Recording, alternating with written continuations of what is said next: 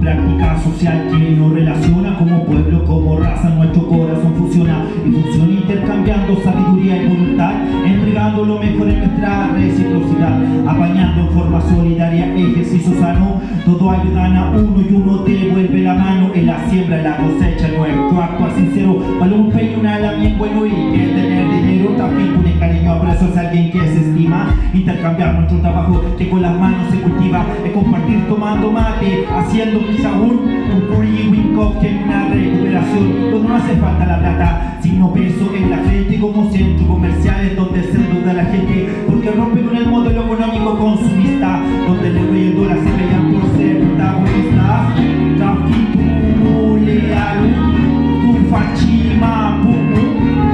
mule kume rakitwan kafe mule kume dumun kupakero de yuke haces este tabú toda mi gente intercambiando haciendo trafiku como suena yo.